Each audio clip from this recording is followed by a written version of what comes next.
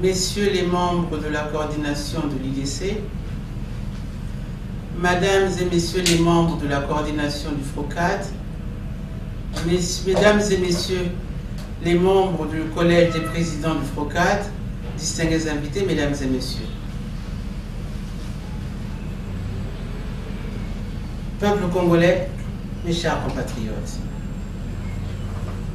depuis le 15 août 2016 à minuit, le pouvoir est vacant en République du Congo.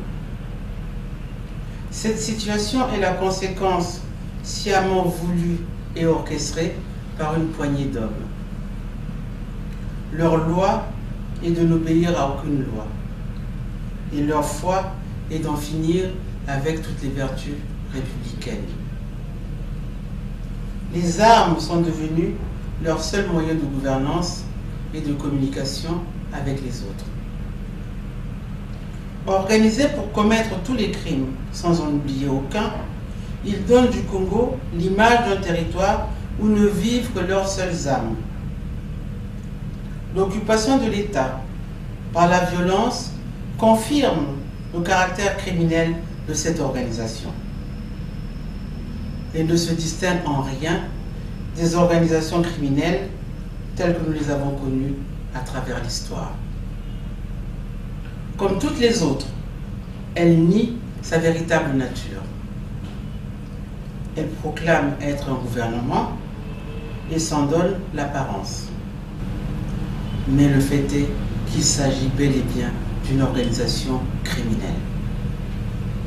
Elle provient du crime, elle règne par le crime. Les crimes de l'essence de cette organisation sont ceux commis les 17 et 20 octobre 2015, le référendum anticonstitutionnel et le hold-up électoral du 4 avril 2016. Ces crimes de règne sont la chape de plomb, les coupures des moyens de communication, l'embastillement des dirigeants de l'opposition, la militarisation des quartiers, le gazage des populations aux lacrymogènes, les tirs à balles réelles et l'usage des hélicoptères de guerre contre les populations civiles aux mains nues. Les agents de cette organisation ne laissent aucun repos aux esprits. Ils harcèlent les âmes avec la corruption, le mensonge et la propagande. Rien de l'humain n'est à l'abri de leurs assauts. Les Congolais doivent prendre conscience que ce qui tient lieu de gouvernement dans notre pays est une organisation criminelle. Les pouvoirs de l'État sont usurpés. Le Congo est occupé. Oui, mes chers compatriotes, notre pays, le Congo, est occupé. Le fait est grave. Les mots ne doivent pas effacer les faits. Nous ne devons pas et ne pouvons pas oublier la réalité. Pendant les 5 ans de l'occupation de la France, les nazis avaient utilisé tous les stratagèmes pour faire oublier aux Français que leur pays était occupé. Mais les Français n'avaient jamais oublié. Un peuple n'oublie pas, sinon il se perd.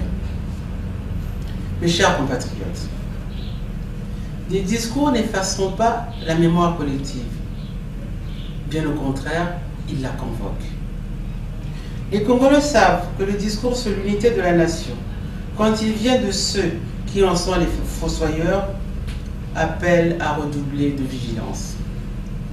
Les Congolais savent que le discours sur la paix, quand il est tenu par ceux qui n'épargnent ni enfants, ni handicapés, ni personnes âgées, est une ignominie. Les Congolais savent que le discours sur le travail, venant de ceux qui s'enrichissent sans effort, est une estocade à la morale. Les Congolais savent que le discours sur le progrès, venant de ceux qui empêchent le progrès individuel et collectif des autres, montre la perte du moindre bon sens. Les Congolais savent reconnaître l'imposture sous toutes ses formes. L'occupation du territoire national par une organisation criminelle qui tient lieu d'État appelle deux conclusions évidentes par elle-même. La première conclusion est que nous devons libérer notre pays. Un pays occupé, on le libère.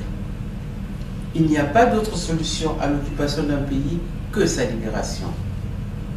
Mieux qu'un consensus, le monde entier, dans la diversité de ses civilisations, est unanime sur ce point. Il n'existe aucune exception à cette règle.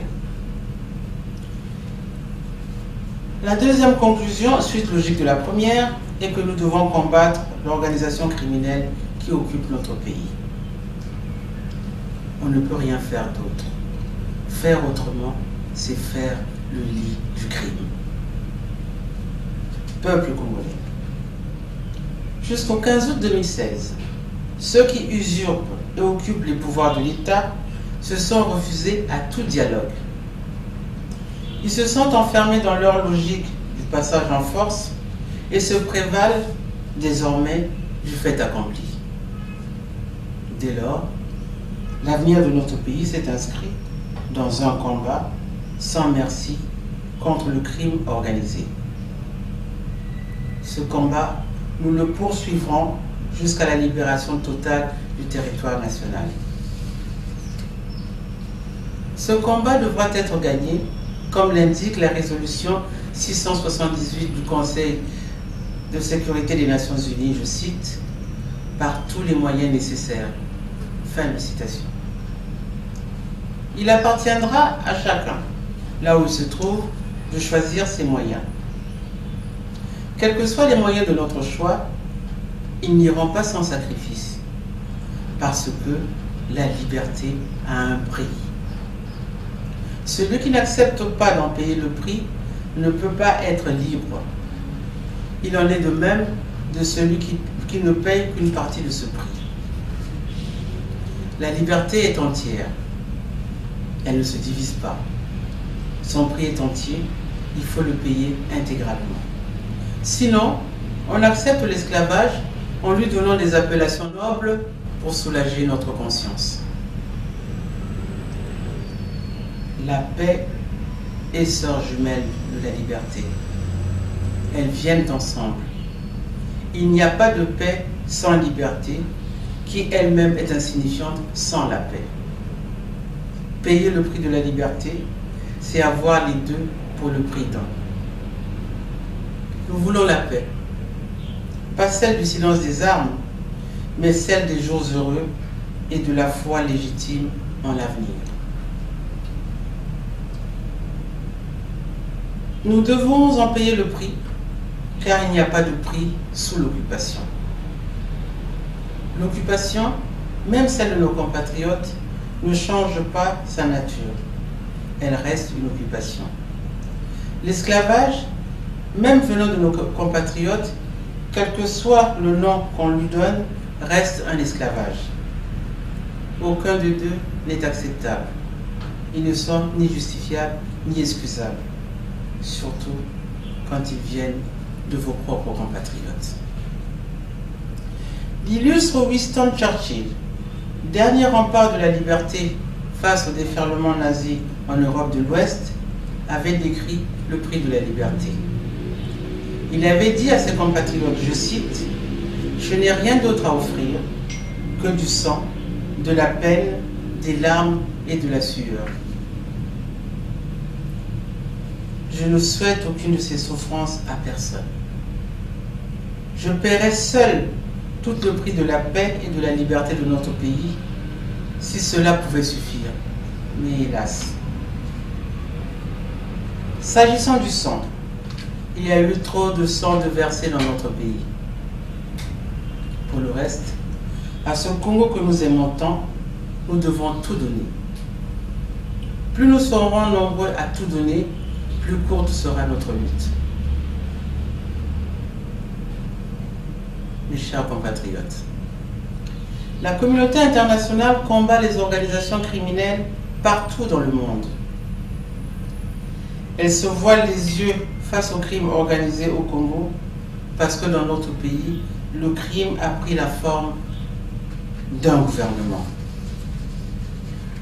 la communauté internationale constatera que, faute d'avoir été exigeante avec le pouvoir de Brazzaville, elle fait désormais face à des crimes politiques voulus ailleurs en Afrique, où l'on reprend allègrement les pratiques criminelles expérimentées sur le peuple congolais. Les souffrances des autres peuples d'Afrique, dont les dirigeants reproduisent les méthodes congolaises de répression du peuple, nous obligent à Brazzaville à reprendre avec plus d'ardeur le combat pour la démocratie. Le progrès de la démocratie s'est arrêté ici. C'est ici qu'il doit repartir. C'est la responsabilité de l'opposition congolaise d'endiguer le déclin de la démocratie sur le continent. Constitution du peuple écartée par l'occupant intérieur, la Constitution du 20 janvier 2002 doit être rétablie par tous les moyens reconnus par le droit international. Voilà le combat de l'opposition congolaise. Ce n'est pas un combat à mener, c'est un combat à gagner. Parce que c'est le combat pour la paix, le combat pour la liberté, le combat pour l'unité du pays. Ce combat est celui de l'égalité des citoyens. C'est le combat de l'état de droit. La prémisse de ce combat est de rappeler que la Constitution du 6 novembre 2015 n'engage que ceux qui y croient. Elle ne nous engage pas. L'élection du 20 mars 2016 était illégale. Elle ne peut produire aucun effet de droit. Le serment du 16 avril 2016 n'était qu'une simple fête au cours de laquelle l'on célébrait l'annonce des malheurs futurs du peuple congolais. Tous ces rideaux de fumée ne nous concernent pas. Au regard de la Constitution du 20 janvier 2002, la seule Constitution de la République, le pouvoir est vacant depuis le 15 août 2016 à minuit. Le pays est occupé et doit être libéré. J'engage les responsables politiques du FROCAD, qui à la suite de ceux du MUST m'ont honoré de leur confiance, à mesurer le prix qu'ils sont prêts à payer pour libérer notre pays. J'engage l'opposition congolaise dans son ensemble, tous ceux qui ont refusé de prendre prétexte du compromis pour se compromettre, à gagner le combat de la libération. Nous devons mettre fin à l'occupation des pouvoirs de l'État. Je nous engage à sortir de la logique des déclarations. Nous devons passer à la logique de l'action. Il n'y aura de salut pour le Congo que dans une action courageuse et déterminée. Aucun discours ne peut occuper le terrain. Nous devons agir. Nous devons le faire maintenant. Ceux qui ne sont pas prêts à agir, qui voudront toujours renvoyer la lutte d'aujourd'hui à demain, ne sont pas dignes des Congolais qui sont morts en octobre 2015. Ils ne sont pas dignes du peuple qui a cru et croit encore légitimement en sa libération prochaine. Le répit accordé à l'occupant intérieur nous en coûtera au centuple. Nous devons le combattre avec acharnement, ici et maintenant. Différer la lutte d'aujourd'hui, c'est se décharger de son fardeau sur la prochaine génération. Aucune lutte ne se perd dans la nature. Celles qui ne sont pas menées en leur temps le seront un jour ou l'autre par d'autres générations, avec un tribut plus lourd. Les responsables politiques mènent les luttes de leur temps. Ils anticipent les combats à venir pour rendre la vie des générations futures plus agréable. La libération du Congo, c'est le combat de notre génération. Nous ne le passerons pas à la prochaine génération. Dans les prochaines 72 heures, je soumettrai à la coordination du FROCAD mon plan d'action pour la libération du Congo. Toutes les personnes et toutes les forces politiques désireuses de participer au sacrifice de la libération sont libres d'y concourir, si tant est qu'elles sont prêtes à marcher en première ligne. Un peuple ne se soumet pas, un peuple se bat. Nous nous battrons. Nous allons libérer notre pays. Vive la République, vive la démocratie, vive le Congo. Je vous remercie.